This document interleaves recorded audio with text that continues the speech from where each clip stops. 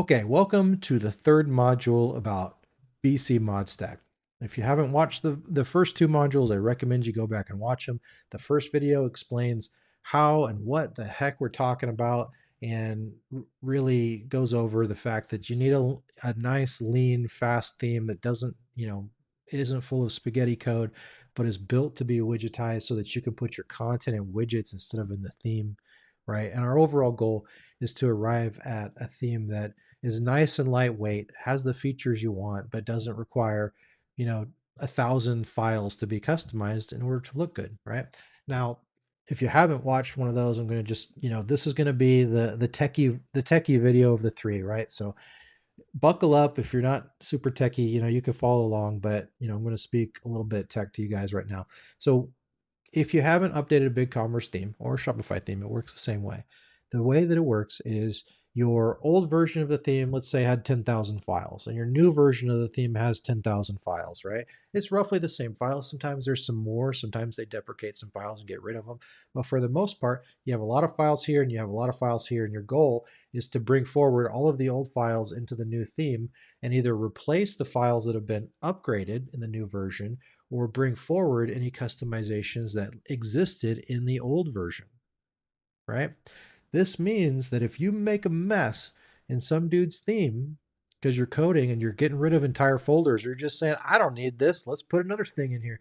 What's going to happen is when that guy goes to update and they come to me or somebody like me that knows how to update themes, they're going to go, dude, this is a mess. Why are there so many files that are customized, right? And you don't need that stress. Your client doesn't need that stress, right? And so the way to make your theme updatable is to customize fewer files. It doesn't mean don't customize. It just means make surgical incisions to create fewer scars, right? Don't make a mess in the campsite because you're just going to have more stuff to clean up later. Okay. So if you've watched the prior two videos, you know that I'm stressing clean code, lean, fast themes. We don't want to junk this up with a bunch of JavaScript and Ajax, especially not Ajax. Like you never need an Ajax call in BigCommerce, right? You can always do GraphQL or something, right? But you don't need to do all this old slow stuff that we don't need to do anymore. Only use JavaScript if you have to. If you can get away with CSS to make, basic animations, use CSS. But most importantly, what I want to stress is augment as few files as possible. Okay, so the theme that we've built, Epic Superstore, is a very, very light overlay on top of Cornerstone. It's very, very close to Cornerstone. We've only surgically made the upgrades that we've made 1,000 times, and we could make 1,000 more times. We can just keep pasting this into every theme as we build it if we wanted to. But instead, what we wanted to do is create a theme that already has that stuff built in so that those customizations don't have to be customizations anymore. They can be part of the theme itself. And then when Cornerstone comes out with an update and then we push that update onto Epic Superstore, it means that like all the changes that we've historically made in people's headers and people's footers, we didn't have to make those. And so when we go to update from, Superstore 1.0.9 to 1.0.10, that stuff is going to be more intact than it would be otherwise, even if you were building this on Cornerstone. Okay. So if that makes sense to you, it means I want to just stress touch as few files as possible, for goodness sake, right? This means that if you have the choice to maybe comment something out in a file that is otherwise undisturbed or hiding it with CSS, which do you think you should do?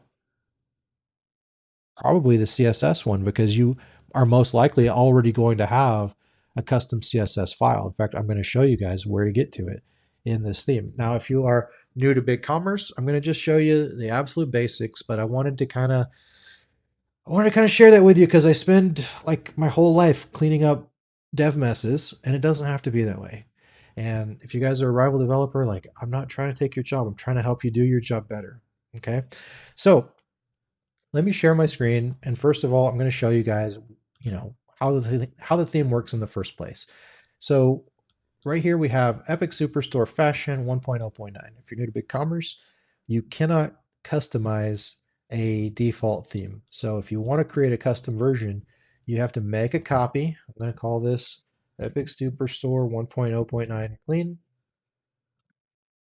just so that I have, a differentiation between the uncustomized version and the customized version. And so it's creating this duplicate right here. I'm going to go ahead and apply the duplicate. I'm going to keep it on the fashion variant. And because I copied it from the live theme, it's got all the same settings that the live theme has, right? So it's an exact copy of what we were just running live, but now it's a custom version. Now I'm not going to go into Stencil CLI. There's other videos out there. I've put out videos. I probably need to create an updated one. So, Stencil CLI is how you code locally, but I'm just going to look in the theme files and show you guys that this is basically exactly what Cornerstone is. We did not do what other theme vendors do, which is to create a whole bunch of like replacement folders. When we needed to create something, like we needed to create these sidebar elements, we created it in a new folder that's clearly labeled Epic so that you can definitely tell it apart from all the other stuff. We wanted to, like, as much as possible, wherever we inserted something, we wanted to make it obvious. And so you can see our Epic components right there. I'm not saying we didn't touch any of these files, but we touched as few of them as possible. And under assets, under SCSS, you'll see, first of all, you'll see an Epic folder there, and you'll also see a custom folder because the custom folder has a custom CSS that's completely blank. This is where you want to put your CSS, right?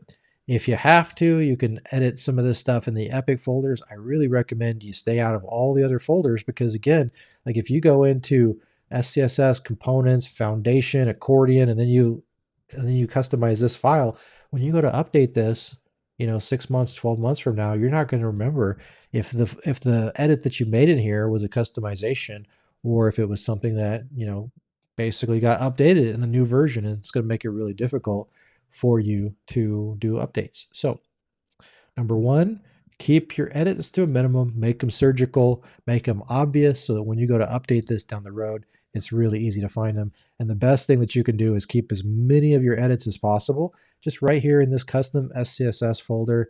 In this underlying custom SCSS file. You can't go wrong, right? So that's number one.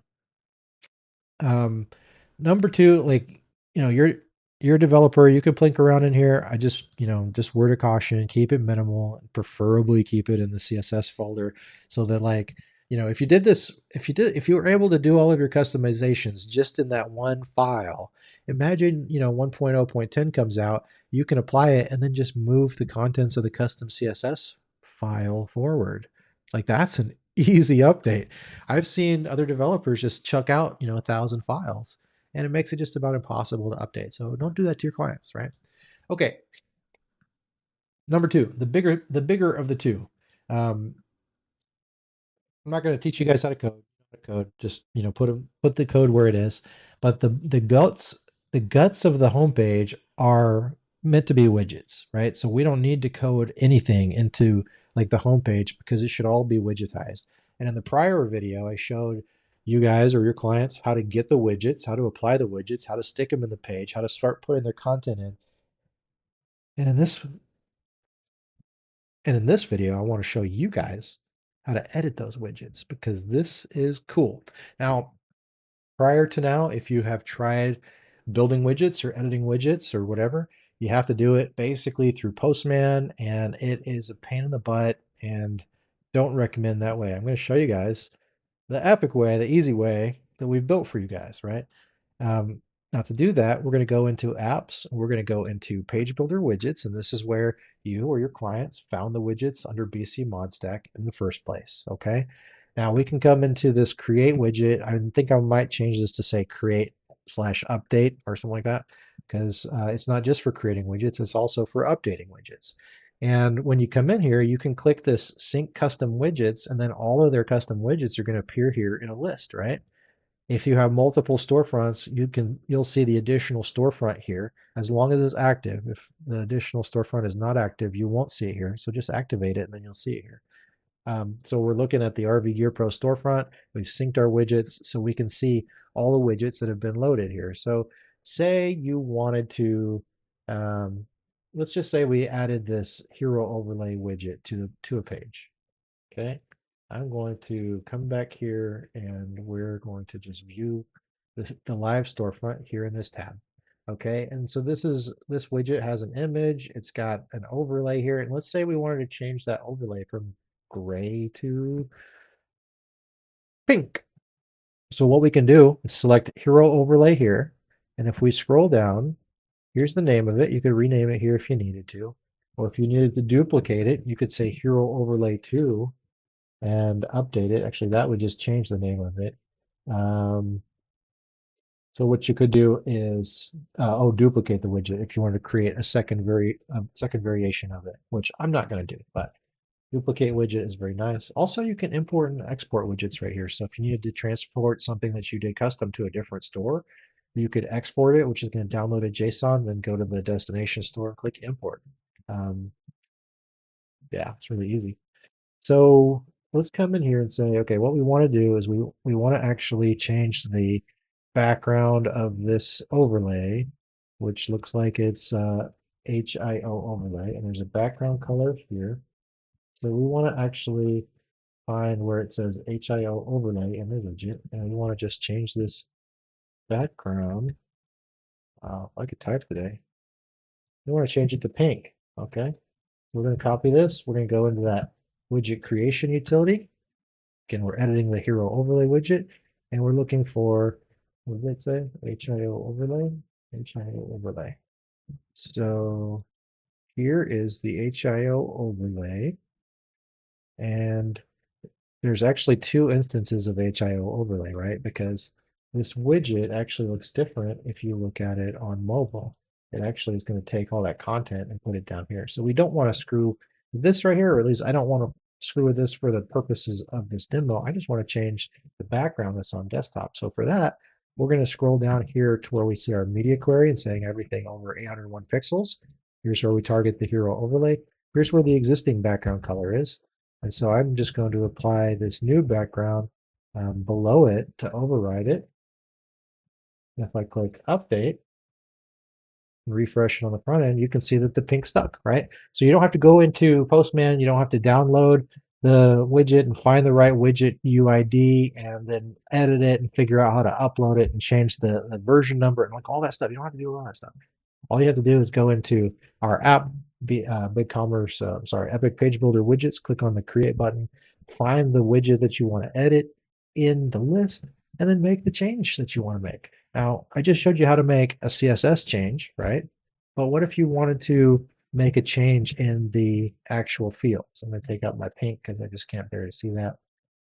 Now, the widget creation utility has three different sections technically. There's the template editor, which is where your CSS and your HTML is. Okay. There's the schema editor. This is what gives us more choices to make for user inputs. And then if you're doing a GraphQL widget and not using one of our built-in, then you could say this is a GraphQL widget and put a custom query in there. But we don't need to worry about that right now because that's a little complex for what we're doing.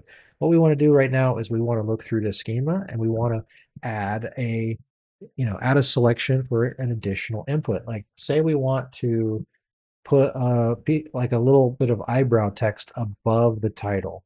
Okay. What we're going to do is we're going to look in the schema editor and we can see the content section. First of all, there's a couple different sections. This is the content section, which is where they're editing the content.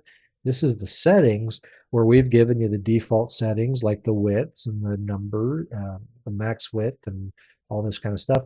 I wouldn't remove any of this stuff in the settings. And I probably wouldn't add anything to it either unless you really felt like it. But there are definitely instances where maybe you would want to change the default like margin, for example. Like let's say this 30 seems like a little bit not enough and you want to change this to 60, right? You could change the top and bottom to 60. And now anytime a new widget is put on the page, it's going to have this updated default. Note that if you change defaults, like I just did, it's not going to affect widgets that are already on the page. It's only going to affect new widgets going forward. But if you add an input, that's going to add it to everything, right? So here's what we're going to do is we're going to look at these options and we have a Boolean that asks, if they want to put on lazy loading. We have a background image. We have an option here for a different mobile image. This is where we let them load the mobile image. This is where there is a title element that lets them choose between H1 and H2. And here is the first, text input, right? Which is the card card title. Is that what we named it? That's kind of weird. I should probably rename it something else. And what I'm going to do is I'm actually going to just take that whole chunk of the JSON and I'm going to duplicate it because I'm just trying to add an extra input. So this is the same type of input, except we're going to label it eyebrow text. Okay, that's what's going to show to the user so they know when they're entering the text, that's where the eyebrow text goes. And we need to change the title or the ID rather to something else. Otherwise, it's going to be basically a duplicate of what was already entered. So I'm going to just change this to be eyebrow. Your ID needs to be camel case, just FYI. Your label can be human case or whatever you call that. And then you can put a default in here, like, you know, just say eyebrow, okay? Or you could leave it blank, and then there wouldn't be anything on the page unless they type something in on the eyebrow, okay? So I'm going to leave it blank, but this right here only added the input, okay? So let's go back to the front end, and I'm going to just refresh this. Let me get actually into the customizer, and we'll check it out there. So if I click into the hero overlay, look at this eyebrow text, and we can say eyebrow, okay? But guess what? Nothing happened on the screen, and that's because we only put an input, we didn't put an output. Don't worry, it's super easy. So what we're going to do is we're going to take that eyebrow ID, and we're going to scroll up to the HTML section, right? Because we need it to output just like that. And so what we're going to do here is we're going to find the title. Here's where the title is. And what we're going to do is we're going to put let's just say it's a span right above it. We're going to put eyebrow in curly brackets with a closed span. Oops, closed span. Come back to here.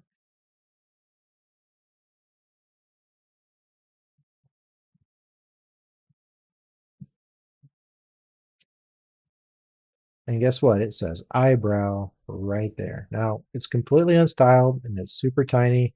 And so you'll need to come in here now and give it some styling, right? Which you can put right in that HTML section. I probably need to reduce the top padding here on the H2 so that the eyebrow will sync up to it. But that's basically what you can do, right? So, if you need to make styling changes like adding border radius to images, for example, or maybe changing the default background of like the text blocks widget to maybe always be like a light gray behind it, like whatever the styling is to match your theme, you can do it within these widgets. And again, you can just, call up each individual widget right here and make whatever styling choices you need. And so you should be able to make styling changes in the template editor. You should be able to add more HTML or subtract HTML or add classes or whatever you need to do right here in the HTML section, and then just add add inputs as needed in the schema editor. Underneath here, we put a cheat sheet with just about all the inputs that are available. I say just about all. There's actually a couple others that are super wonky and that you probably never even see, but these are the meat and potatoes of what people need. And so like something like this alignment, you can see like this is how it outputs into the HTML, but here's a sample of how the actual input side works. And so you can click into any of these and see basically like here's how the input works. It's super simple. This is basically the same thing that we copied. But there are going to be times when you need to add an element to a widget that doesn't exist in the widget. So you can't just copy from what's already there. You're going to need to come down to this cheat sheet and look at what your other available choices are, and go from there. So, all the stuff that you need is right here. Numbers, regex inputs, select we use a lot, text we use a lot. Yeah.